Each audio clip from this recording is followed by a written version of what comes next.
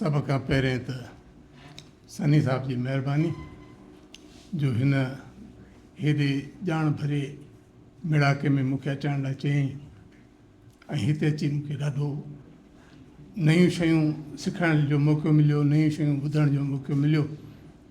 न रुॻो दावत ॾिनई पर ज़ोर बि रखियईं त अचिणो आहे। घणा साल थी विया आहिनि कोन आयो आहीं, हाज़िर थियो आहियां। संदसि वॾी महिरबानी।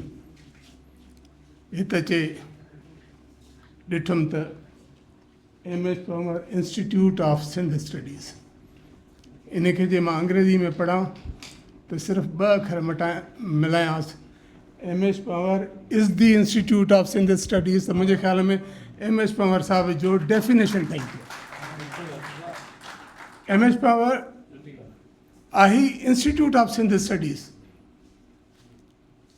उन लाइ सभ खां पहिरें त मां चवंदुसि त जस हुजे उन्हनि खे वालदेन खे जिन इहो इंस्टीट्यूट पैदा कयो ऐं उन धरतीअ खे जंहिं इंस्टीट्यूट पैदा कयो, उन खां पोइ उन्हनि खे उन्हनि हालतुनि ऐं उन्हनि किरदारनि खे जिन उन इंस्टीट्यूट खे ओसारियो, वॾो कयो, ऐं पछाड़ीअ में हींअर सनी साहब खे जंहिं उन इंस्टीट्यूट खे हिन सूरत में ट्रांसफॉर्म कयो। ऐं मुंहिंजे ख़्याल में त सनी साहब जो इहो वॾो क्रेडिट आहे। हाणे अचूं था MS Panwar institute is the institute of Sindh studies. तव्हां सिंध जो को बि पासो खणो, को बि पासो खणो, कल्चर खणो या बल्कि ज़िंदगी खणो। सिंध में ज़िंदगी तॾहिं खां खणो जॾहिं प्री कैम्ब्रियन दौर आहे, उन खां वठी हिन महिल ताईं खणो, तव्हांखे सिंध हिकिड़े हंधि गॾु करे थो ॾिए, उहो MS पंवर आहे। उन खां पोइ सिंध जो कल्चर खणो। कल्चर माना रहणी कहणी।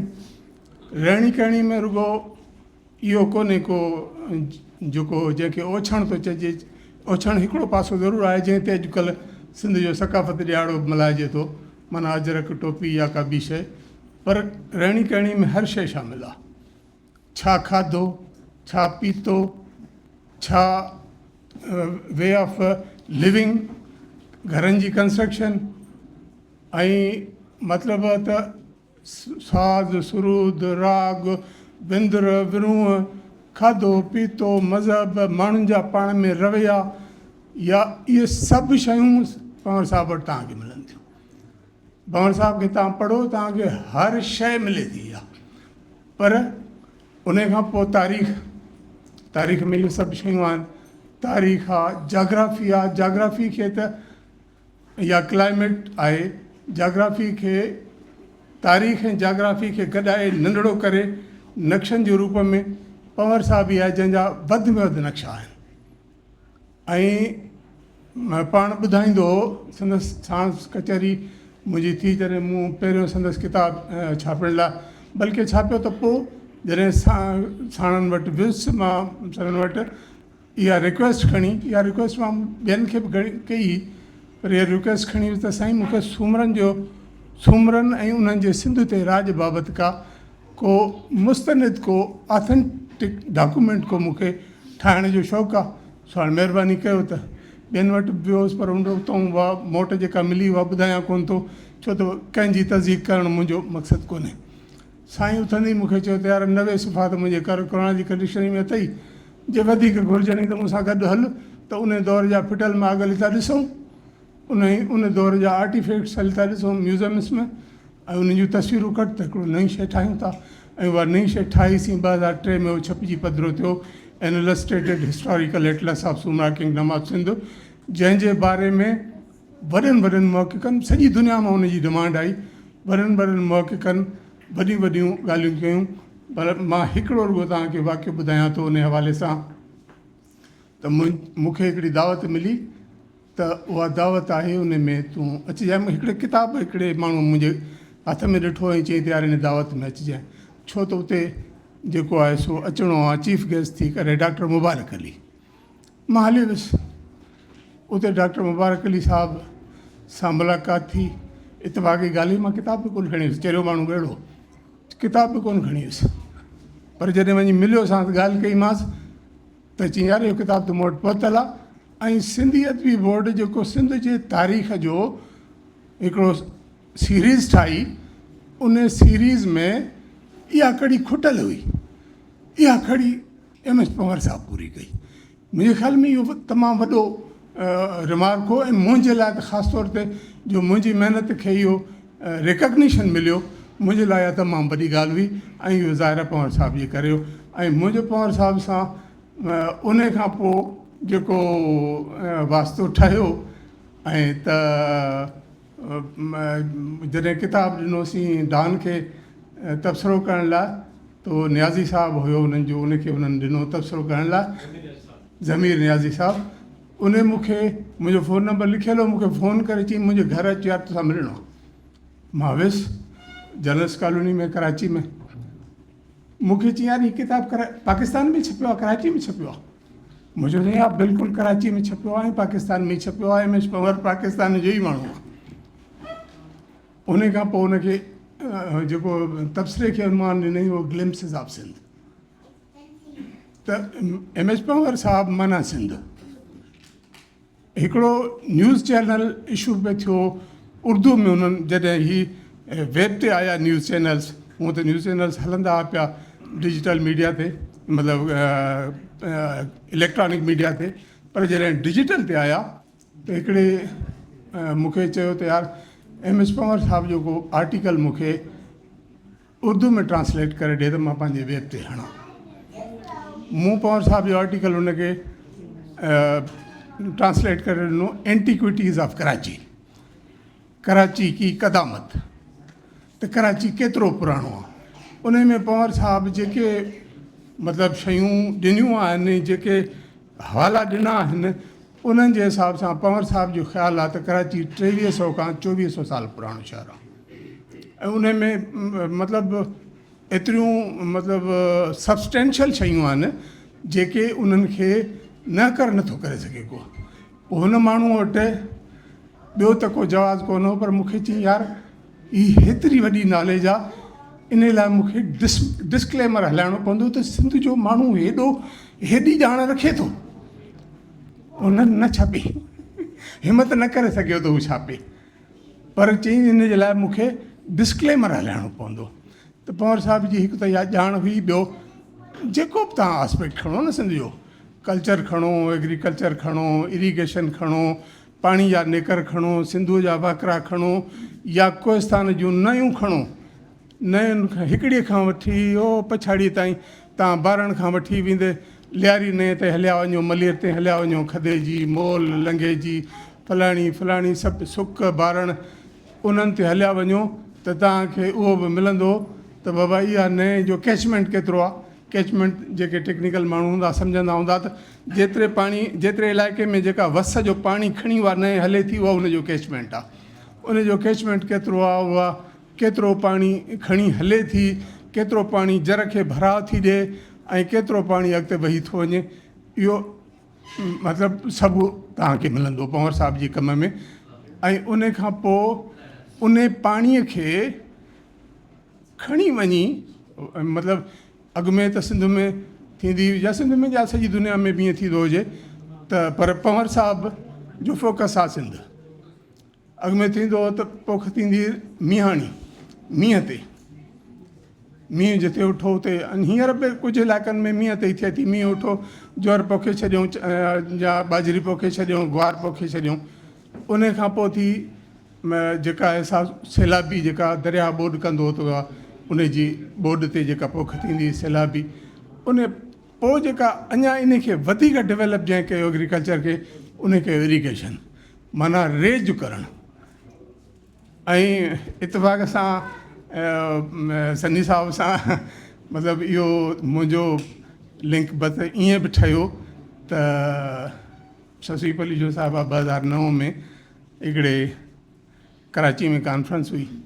उन कॉन्फ्रेंस में हिकिड़े सेशन जी हेड बि कई, ऐं मिनिस्टर हुई कल्चर जी। जॾहिं प्रोग्राम पूरो करे लथी त मां अॻु वञी वरितोमांसि। मुंहिंजो MS पंवर साहब खे सुञाणो था? चई MS पंवर साहब खे केरु न सुञाणे। मुंहिंजो उनजी ॿी वर्सी पई अचे, चई असां मल्हाईंदासीं। ख़ैर मूंखे त ख़बर पई त सनी साहब अॻु में ई हुनजो बंदोबस्तु सिंधी लैंग्वेज अथॉरिटी में करे चुका हुआ, पर इहो थियो त उहे ॿई पाण में मिली पिया ऐं पोइ उते हुन ऐलान कयो त मां जेको आहे सो हिकु त बिल्डिंग जा पैसा कल्चर डिपार्टमेंट भरींदो ऐं ॿियो इहो त पंवर साहब जा जेके अणछपियल किताब आहिनि उहे असां छापींदासीं। पोइ सनी साहब उन महिल शायदि मवादु एतिरो ई मौजूदु हो, हूअं पंवर साहब जी जेका लिखणियूं आहिनि उहे त मतिलबु अञा ताईं मुंहिंजे ख़्याल में को शायदि को परसेंटेज ई छपिजी सघियो हुजे। त उन मां 2 किताब सनी साहब ॾिना। उहो हिकिड़ो किताबु मूं ॿई कोशिशि कई तयारु करण जी, पर हिकिड़ो उन्हनि छापियो 6000 years हिस्ट्री ऑफ इरीगेशन इन सिंध। उहो मूं कंपाइल करे ऐं सॉफ्ट कॉपी ठाहे ॾिनीमान। ॾिनो मूंखे इतफ़ाक़ सां, जो मुंहिंजो कमु ॾिठो हुओ सुमरा किंगडम ऑफ सिंध जे हवाले सां।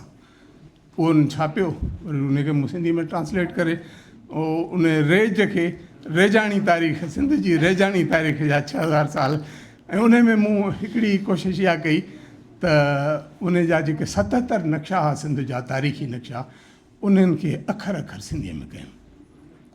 मतिलबु शहरनि जा नाला ॿियूं शयूं सभु तव्हांखे सिंधी में मिलंदियूं। ऐं उन जो असरु हाणे ॾिसंदो आहियां त अॼुकल्ह सोशल मीडिया जो दौरु आहे।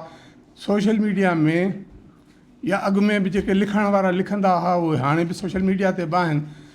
उहे पंहिंजो नैरेटिव जॾहिं बि तारीख़ जो या कंहिं ॿी शइ जो बिल्ड कंदा आहिनि त उहो शाइरनि जी शाइरी ऐं कुझु लोक दास्तान जा किसा खणंदा आहिनि, उन्हनि जे हिसाब सां पंहिंजो नैरेटिव बिल्ड कंदा आहिनि।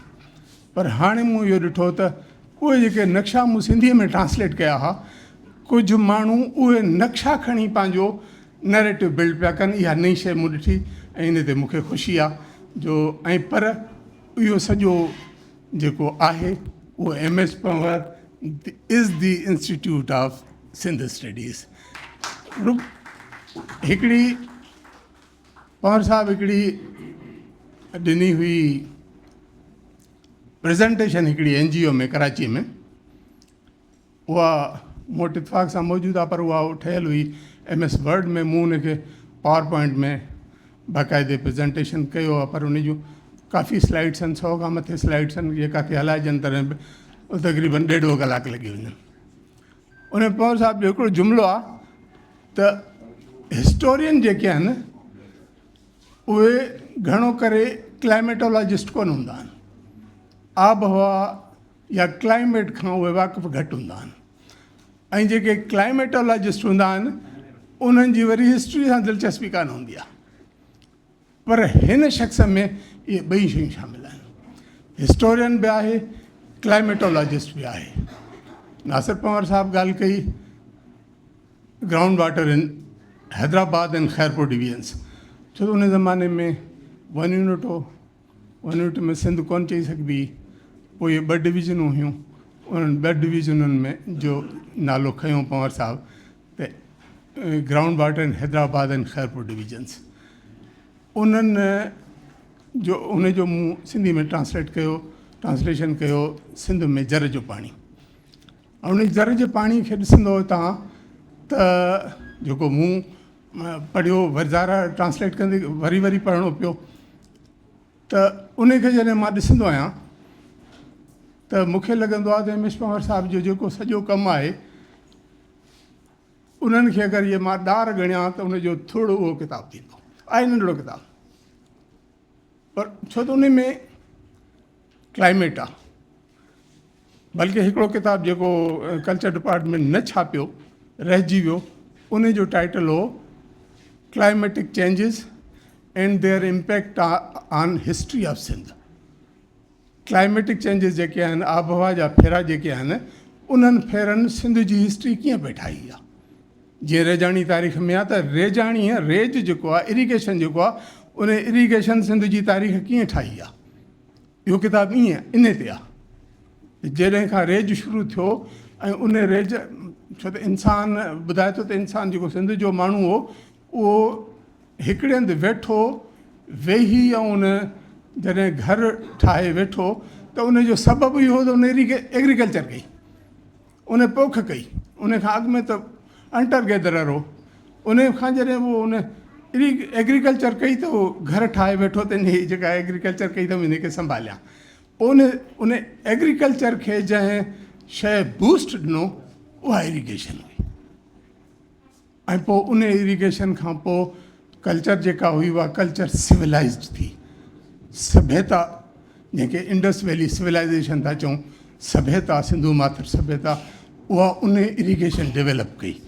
उन में आर्ट वधियो उन में इल्मु वधियो उन में वापारु वधियो उन में रुगो न ॾेही वापारु बल्कि परॾेही वापारु वधियो परॾेही वापार जे अचण वञण जा ज़रिया वधिया ज़रिया ठहिया उहे कहिड़ा कहिड़ा ज़रिया MS पंवर साहब उहे ज़रिया बि ॿुधाए थो उहे वाटूं उहे गस बि ॿुधाए थो जिन गसनि तां वापारी वखर ईंदा हुआ वेंदा हुआ किथां काथे वेंदा हुआ किथां काथे वेंदा हुआ कहिड़े मुल्क मां किथे वेंदा हुआ पर focus MS Panwar is the institute of Sindh studies focus मां MS पंवर साहब जो इहो ई आहे त मतिलबु टोटल जेका बि शइ आहे 80 नक्शा 80 एटलसिस ऑफ सिंध खईं पैसनि सां वरितईं ॿुधाईंदो पाण साणस कचहरी थी कचहरियूं थींदियूं जॾहिं खां मूं 2003 में संदसि किताबु छापियो मतिलबु 2000 में ई मुंहिंजी साणस मतिलबु खेसि रिक्वेस्ट कई में उहो कमु शुरू थियो 2003 में उहो किताबु तयारु कयोसीं त उन दौरान जेको ॿुधाईंदो हो त 80 एटलसिस दुनिया